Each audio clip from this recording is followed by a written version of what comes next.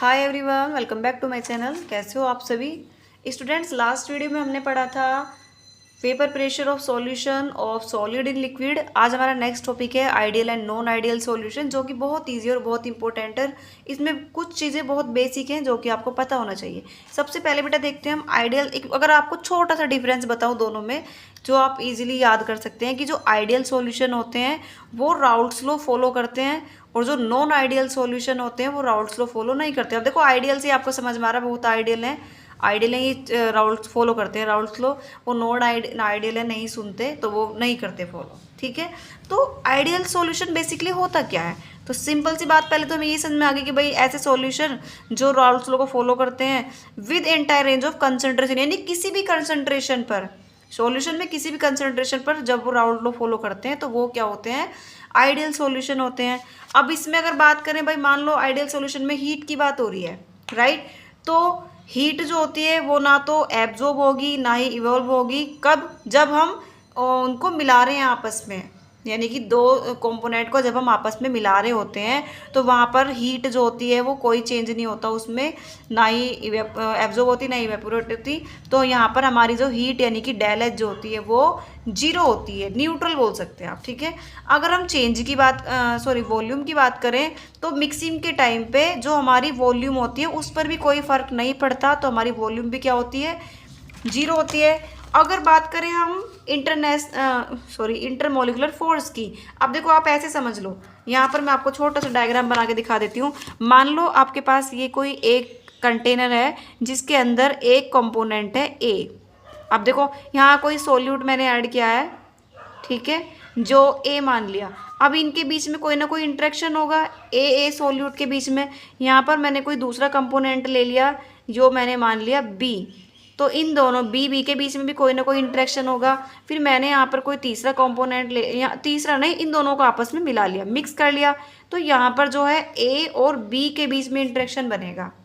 इतनी बात समझ में आ गई आपको? ठीक है, तो इसमें क्या कहा गया है, देखो ध्यान से सुनना। इंटरमोलिकुलर फोर्स जो है वो ए मतलब कंपोनेंट ए, बी और ए बी जो होती है, तीनों की जो होती है ऑलमोस्ट इक्वल होती है। यानी कि अगर हम इनके बॉन्ड की बात करें, इनके बीच बॉन्डिंग की बात करें, तो जितनी बॉन्डिंग ए के बीच होती है उतनी ही बॉन्डिंग बी के बीच होती है, और उतनी ही बॉन्डिंग होती है सी के बीच, ए और बी के बीच में। यानी कि आइडियल सॉल्यूशन में जो भी हमारा सॉल्यूशन होता है और सॉल्यूशन में जितने भी कंपोनेंट होते हैं उनके बीच में जो बॉन्डिंग होती है ए बी और ए बी जो होती है वो ऑलमोस्ट इक्वल होती है, राइट?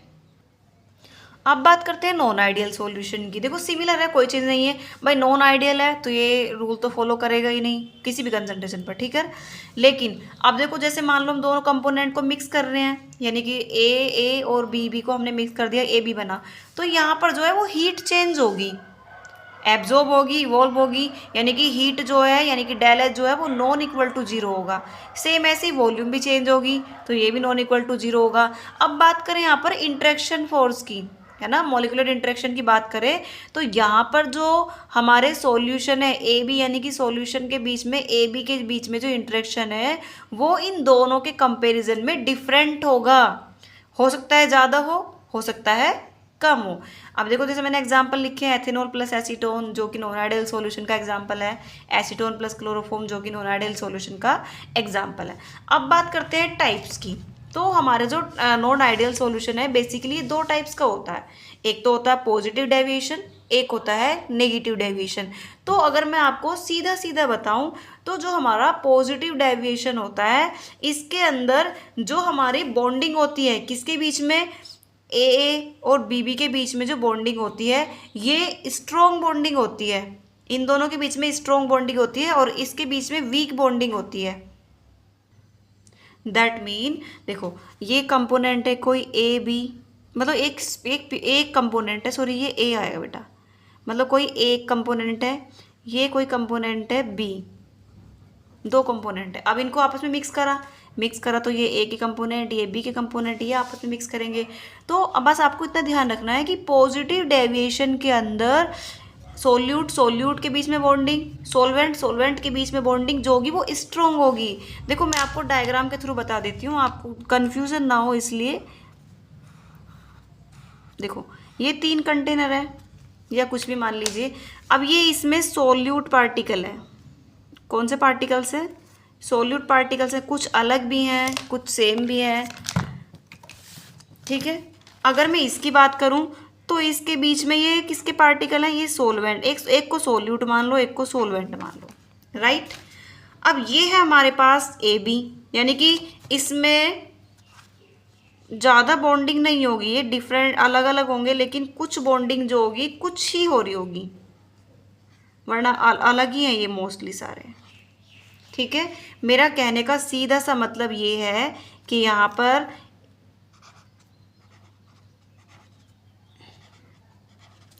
मेरा सीधा सा मतलब ये है कि सोल्यूट के पार्टिकल्स के बीच में बॉन्डिंग बहुत ज़्यादा मजबूत है, स्ट्रोंग है। B मतलब सोलवेंट के पार्टिकल्स के बीच में बॉन्डिंग स्ट्रोंग है। लेकिन A और B की बात करें तो इनके बीच में बॉन्डिंग इतनी अच्छी नहीं है, जिस वजह से इसका जो बॉन्ड है वो वीक हो जाता है। और जब ये बॉन्ड वीक हो जाएगा, समझ में आ रहा है, तो ये मतलब बॉन्ड को तोड़ देगा। जो वीक बॉन्ड है तो टूट कर ये क्या हो जाएगा? इवेपोरेट होना स्टार्ट हो जाएगा, यानी कि वेपर निकलनी स्टार्ट हो जाएगी। तो ये स्ट्रॉन्ग बॉन्ड बना रहे हैं देन A और B, तो V मतलब निकलना स्टार्ट हो जाएगी। तो यहाँ पर ये क्या होगा? जैसे हम एक एग्जांपल ले लेते हैं। फॉर एग्जांपल मैंने एग्जांपल ले लिया एथेनॉल प्लस एसीटोन, ठीक है। अब मान लो ये एग्जांपल ले लिया मैंने C2H5OH, ठीक है। एक एग्जांपल और ले लिया C2H5OH,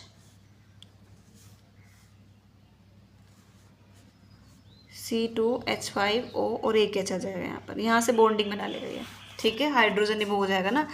तो अब देखो ये हाइड्रोजन के मॉलिक्यूल हैं, ये मतलब जो हमारे एथेनॉल है, एथेनॉल जो है ये स्ट्रक्चर है, यहाँ पर हाइड्रोजन बॉन्डिंग बन रही है, ठीक है। तो इसमें क्या होगा? जब एसीटोन जो है एसीटोन एथेनॉल से कांटेक्ट करेगा तो ये क्या होगा? ये बॉन्ड ब्रेक कर देगा, बॉन्ड को तोड़ देगा। क्यों बॉन्ड को तोड़ देगा? क्योंकि जो ये है हमारे जो सोल्यूट पार्टिकल्स आपस में मिलेंगे तो इनके बीच में बॉन्डिंग इतनी अच्छी नहीं होगी, तो ये बॉन्ड को ब्रेक कर देगा, जिससे बहुत सारे अदर मॉलिक्यूल्स जो होंगे वो आ जाएंगे और इसको क्या कर देंगे? इवेपोरेट कर देंगे। तो ये पॉजिटिव डेविएशन, आई होप आपको समझ में आ गया होगा। अब बात करते हैं नेगेटिव डेविएशन की। नेगेटिव डेविएशन में क्या होता है? देखो बिल्कुल जस्ट बेटा इसका जस्ट ऑपोजिट होता है। नेगेटिव डेविएशन में क्या होगा? इनके बीच जो बॉन्ड है वो वीक होगा, इसके बीच हो जाएगा स्ट्रोंग। अब जब इसके बीच स्ट्रोंग हो जाएगा तो ये बॉन्ड, ये तो वेपर बनाएगा नहीं, और जब ये वेपर बनाएगा नहीं तो हमारी वेपर क्या होगी? वो डिक्रीज हो जाएगी, ठीक है। तो सीधी सी बात है, वेपर जिसमें बढ़ेगी उसमें क्या होगा? देखो इसमें क्या था? इसमें ये स्ट्रोंग था, ये मतलब वीक था तो वेपर बना रहा था, तो वेपर बढ़ रही थी, राइट। इसमें दूसरे वाले में, नेगेटिव वाले में देखो बच्चों, नेगेटिव डेविएशन में क्या था? पॉजिटिव। देखो when the absorb vapour pressure is lower then, ठीक है, then that the predict value. अगर राउल्ट्स के लॉ के अकॉर्डिंग जो नॉर्मल वेपर प्रेशर है जो प्रिडिक्ट की गई है, अगर उससे ज़्यादा वेपर प्रेशर निकलती है तो वो तो हमारा होगा पॉजिटिव डेविएशन, अगर कम निकलती है तो वो हमारा क्या होगा? Negative deviation. अब देखो यहाँ पर जो है AB के बीच में बॉन्ड ज़्यादा अच्छा है, देख रहे हो आप, निशान भी लगा दिया मैंने। यहाँ पर सोल्यूट पार्टिकल्स के बीच में बॉन्डिंग इतनी अच्छी नहीं है, मतलब इनके बीच में ही पार्टिकल सोलवेंट मान लीजिए अच्छी नहीं है, लेकिन जो इन दोनों के बीच में बॉन्डिंग है वो स्ट्रॉन्ग बॉन्डिंग है। अब जब स्ट्रॉन्ग बॉन्डिंग है तो ये ऊपर जाएगा ही नहीं, वेपर बनाएगा ही नहीं, और जब ये वेपर नहीं बनाएगा तो हमारी वेपर क्या हो जाएगी? वो डिक्रीज हो जाएगी। तो मैं अगर यहाँ साइड में लिख दूँ तो हमारी वेपर क्या होगी? यहाँ पर डिक्रीज होगी, और अगर मैं यहाँ भी लिख दूँ तो हमारी यहाँ पर वेपर क्या होगी? इंक्रीज होगी। क्यों इंक्रीज होगी? क्योंकि वीक बॉन्ड है, बॉन्ड टूटेंगे वेपर बनेगी। क्यों डिक्रीज होगी? क्योंकि स्ट्रॉन्ग बॉन्ड बन रहे हैं, वेपर जो हमारी मतलब बॉन्ड नहीं टूटेगा तो वेपर क्या हो जाएगी? हमारी डिक्रीज हो जाएगी। अब देखिए हमने मान लो एक एग्जांपल ले लिया फिनोल और एनिलीन का, ठीक है। तो देखो यहाँ पर ये, एक सेकेंड, बेंजीन प्रॉपर नहीं बनी है, जस्ट अ मिनट, ठीक है। तो देखिए यहाँ पर हाइड्रोजन और यहाँ पर नाइट्रोजन के लोन पेयर में एक बॉन्डिंग बनी, हाइड्रोजन बॉन्डिंग बनी। अब ये बॉन्डिंग जो बनी ये स्ट्रॉन्ग बॉन्डिंग, देखो एक सोलवेंट है एक सोल्यूट है, बात समझ में आ रही है। अब सॉल्वेंट सोल्यूट के बीच में अभी जस्ट हमने ऊपर पढ़ा कि बॉन्डिंग क्या है, स्ट्रोंग है। तो जब इनके बीच मतलब बॉन्डिंग स्ट्रोंग है तो इनके बीच में स्ट्रोंग बॉन्ड बनेगा, जिससे ये जो है वो बॉन्ड को, स्ट्रोंग बॉन्ड को कौन तोड़ पाएगा, तो स्ट्रोंग, जिससे हमारी वेपर नहीं बनेगी। लेकिन हमने पीछे क्या पढ़ा था कि यहाँ पर बॉन्ड ब्रेक हो गया था। क्यों ब्रेक हो गया था? क्योंकि इनके बीच में जो बॉन्डिंग थी वो, इनके बीच में बॉन्डिंग जो हमारा ये सॉल्वेंट सोल्यूट है इसमें वो बॉन्डिंग वीक थी। देखो पीछे वीक थी ना, तो बॉन्ड ब्रेक हो गया था एसीटोन के आने से। और यहाँ पर बॉन्ड क्या हो रहा है, स्ट्रॉन्ग हो रहा है। तो आई होप बच्चों आपको आइडियल नॉन आइडियल सॉल्यूशन समझ में आया होगा अच्छे से। बच्चों अब एक क्वेश्चन है, आपके बुक में एक नाम दिया गया है एजियोट्रोपी। अब ये एजियोट्रोपी क्या है? तो मतलब आप ये समझ लो कि जब हम कोई भी नॉन आइडियल सॉल्यूशन जो होता है वो पॉजिटिव डेविएशन शो करता है, मतलब नॉन आइडियल सॉल्यूशन तो है ये पॉजिटिव नेगेटिव है ना, तो ऐसा नॉन आइडियल सॉल्यूशन जो पॉजिटिव डेविएशन शो करता है तो उसको हम बोलते हैं मिनिमम बॉइलिंग एजियोट्रोपी। और जो हमारा maximum boiling point, maximum boiling azeotropic होता है वो हमारा जो होता है वो नेगेटिव डेविएशन शो करता है। अब ये एजियोट्रोपी क्या होता है? ये बेसिकली जो एजियोट्रोपी जो है ये एक बाइनरी, स्पेशल बाइनरी सॉल्यूशन आप ये कह सकते हो, जो कि एक कांस्टेंट टेम्परेचर पर जो हमारे दोनों कंपोनेंट्स हैं, समझ रहे हो, उसका उनके बीच जो कॉम्पोजिशन होता है वो सेम होता है एट बॉइलिंग पॉइंट। तो ये यही लिखा है आपकी बुक के अंदर, देखिए आई होप आप देख पा रहे होंगे। यहाँ पर लिखा है there are two types of azeotropic called minimum boiling azeotrope, maximum boiling azeotrope. तो मिनिमम बॉइलिंग एजियोट्रोप जो होते हैं वो ऐसे बॉइलिंग एजियोट्रोप होते हैं जो पॉजिटिव डेविएशन शो करते हैं नॉन आइडियल सॉल्यूशन में, और मैक्सिमम जो होते हैं वो नॉन आइडियल मतलब जो नेगेटिव शो करते हैं वो होते हैं हमारे मैक्सिमम बॉइलिंग एजियोट्रोप। ठीक है, आई होप बच्चों आपको वीडियो अच्छी लगी होगी। अगर आपको वीडियो अच्छी लगी तो प्लीज़ चैनल को लाइक शेयर और सब्सक्राइब करें। एक सेकंड मैं एक क्वेश्चन और करा देती हूँ आपको। देखिए स्टूडेंट्स, आपकी बुक में एक क्वेश्चन गिवन है, मैं आपको इसको सोल्व करा देती हूँ, देन हम वीडियो बंद करेंगे। देखिए क्वेश्चन क्या है, the vapour pressure of pure liquid, मतलब ए और बी, कोई ए और बी जो है वो अपने अपने आपस में प्योर लिक्विड है, मतलब वो खुद में प्योर है, वो खुद में प्योर है, ठीक है। और उसकी वेपर प्रेशर जो है वो है 450 एंड 700 mm मर्करी Hg, ठीक है, रिस्पेक्टिवली एट 350 केल्विन, ठीक है। तो इसमें कहा है कि find the composition of the liquid mixture if total vapour pressure of 60, मतलब यहाँ पर लिक्विड मिक्सचर की कॉम्पोजिशन पूछी है और साथ में कहा है कि अगर उसका वेपर प्रेशर कितना है 600 mm मिलीमीटर ऑफ मर्करी, ठीक है। और साथ में पूछा है also find the composition of the vapour phase, vapour phase भी पूछा है, ठीक है। तो सबसे पहले जो वैल्यूज गिवन है हम वो लिख लेते हैं। देखिए क्वेश्चन भी आप देखते रहिए, मैं नोट नहीं कर रही हूँ, तो प्लीज़ आपके पास अगर बुक है तो आप देखते चलिए, हम कोशिश करते हैं, ट्राई करते हैं सोल्व करने की। तो सबसे पहले अगर हम गिवन यानी कि वो लिख लेते हैं वैल्यूज़, तो यहाँ पर देखिए वैल्यूज़ क्या क्या गिवन है। Vapour pressure of pure liquid, अब एक वेपर प्रेशर है यानी कि एक तो हमारे पास पी ए है, एक हमारे पास पी बी है। ए बी को हमने वेपर प्रेशर की बात हो रही तो पी ए की वैल्यू कितनी है 450 mm है, और एक हमारे पास क्या है 700 mm ऑफ Hg, ठीक है। दूसरा हमें दे रखा है टोटल वेपर प्रेशर, यानी कि हमारे पास पी टोटल भी गिवन है जो कि हमारे पास कितना है 600 mm Hg। अब आप एक चीज़ ध्यान दीजिए कि हमारे पास P A plus P B और प्लस पी टोटल है, यानी कि पार्शियल वेपर प्रेशर हमारे पास पार्शियल वेपर प्रेशर है कंपोनेंट ए के लिए, कंपोनेंट बी के लिए। तो यहाँ पे हम राउल्ट स्लो फॉलो कर सकते हैं, राइट। तो अगर हम यहाँ पर राउल्ट स्लो फॉलो करें तो अकॉर्डिंग टू राउल्ट स्लो, करिए सारे बच्चे कोशिश करिए। तो राउल्ट स्लो ने क्या कहा था कि जो प्रेशर टोटल वेपर प्रेशर होता है वो किसके बराबर होता है, किसके बराबर होता है P A plus P B. अब अगर आप इनकी वैल्यूज़ रखो तो भाई ये किसके बराबर हो जाएगा, पी ए किसके बराबर था पी नोट ए काई ए, ये किसके बराबर था पी नोट टू काई टू। यहाँ तक बात समझ में आ गई। अब मैंने आपको पीछे एक बात बताई थी भाई काई वन प्लस काई टू जो होता है वो बराबर होता है 1 के। तो अगर हमें काई वन निकालना है तो 1 माइनस काई टू करना पड़ेगा, और अगर 2 निकालना है तो देखिए मैंने यही बताया था आपको कि तो दोनों का जो सम होता है मोल फ्रैक्शन में वो 1 होता है। तो x1 निकालना है तो ये हो जाएगा, x2 निकालना है तो ये। तो अब तक हमने ये वैल्यूज़ रखी, अब हम यहाँ पर वैल्यूज़ पुट करेंगे। ठीक है, तो देखो यहाँ पर ध्यान से देखना भाई, P0A, ठीक है, 1 माइनस x2 प्लस P0B काई बी। सॉरी, मैं इस काय को बार बार x बोल देती हूँ, डोंट माइंड। तो देखो P0A की वैल्यू गिवन है, मैंने एक लाइन रिपीट कर दी, इट्स ओके। तो ये हमारा कितना आया भाई, 450 आ गया। तो 450 इंटू 1 माइनस काई 2 प्लस P0B कितना है हमारा, 700 इंटू काई बी। इतनी बात समझ में आ गई।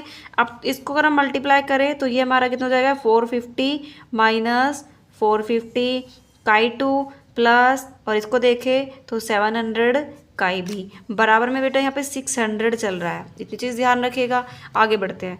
अब अगर हम इसको सोल्व करें तो देखो, इसको इधर ले जाएंगे तो ये कुल मिला के हमारा कितना बन जाएगा, इसको इधर ले जाएं, ये प्लस में इधर चलेगा माइनस, तो यहाँ पर 125 बचेगा। मे बी 125, देखो माइनस करके देख लेते हैं, 150 जीरो ना, यहाँ पर 150 ये बचेगा। अगर इसको सोल्व करो भाई, इसमें से इसको माइनस कर लो, ठीक है ना, फिर इसको सोल्व करके देख लो, तो कुल मिला के आपका यहाँ पर आ जाएगा 250, और ये क्या बचेगा आपका, काई बी। तो कुल मिला के अगर आप इसको सोल्व करोगे तो आपका आ जाएगा 0.6। इतनी बात समझ में आ गई। यानी कि यहाँ पर आपके पास जो आप निकाल रहे थे भाई, इसको इधर ले जाओगे ना तो काई भी आ गया। अब आपके पास काई भी आ गया, तो अभी आपको काई ए और निकालना है। तो अगर आप आपके पास 1 है तो आप 1 में से माइनस कर दो, तो आप इसको 1 माइनस 0.6 करोगे तो 0.4 बन जाएगा। तो यहाँ पर आप देखो, आपके पास काई ए और काई बी दोनों आ गए हैं।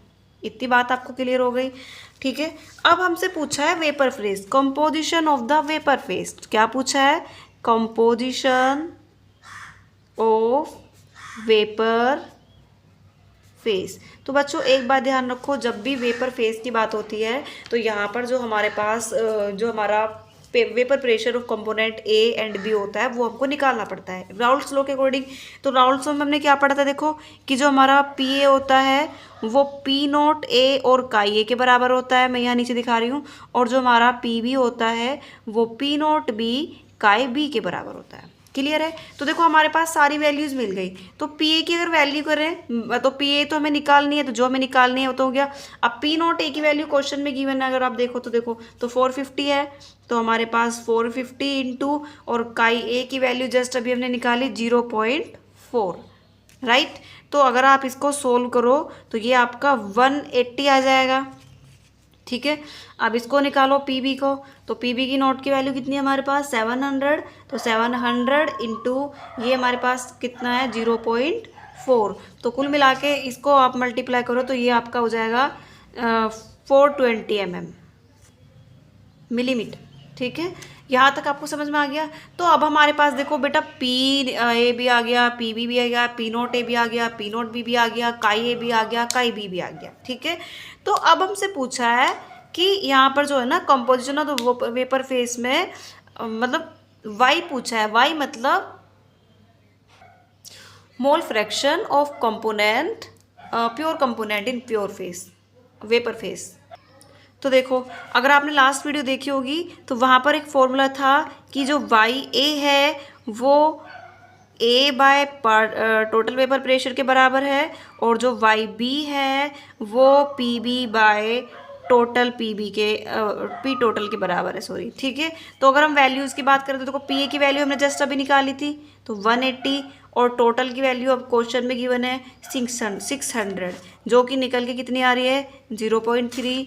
अगर इसकी बात करें तो पी बी की वैल्यू जस्ट अभी हमने निकाली, कितनी आई 420, तो 420 बाय और पार्शियल टोटल की वेपर अपनी जस्ट निकाली थी कितनी है 600, तो इसको अगर आप काट दोगे तो इसको काट के कितनी आएगी 0.7, ठीक है। तो अब हमसे क्वेश्चन में क्या गिवन है, पूछा है कि composition of the vapour face and liquid phase दोनों की पूछिए। तो अगर हम लिक्विड फेस की बात करें तो देखो लिक्विड फेस में यहाँ पर 0.6 वैल्यू आई है, ये भी देखो, राइट। और अगर वेपर फेस की बात करें तो वेपर फेस में हमारे पास देखो बी की वैल्यू है ना 0.7, तो ये हमारे पास बी की वैल्यू आई है, ठीक है बेटा। आई होप आपको ये वीडियो अच्छी लगी होगी। अगर आपको वीडियो अच्छी लगी तो प्लीज़ चैनल को लाइक शेयर और सब्सक्राइब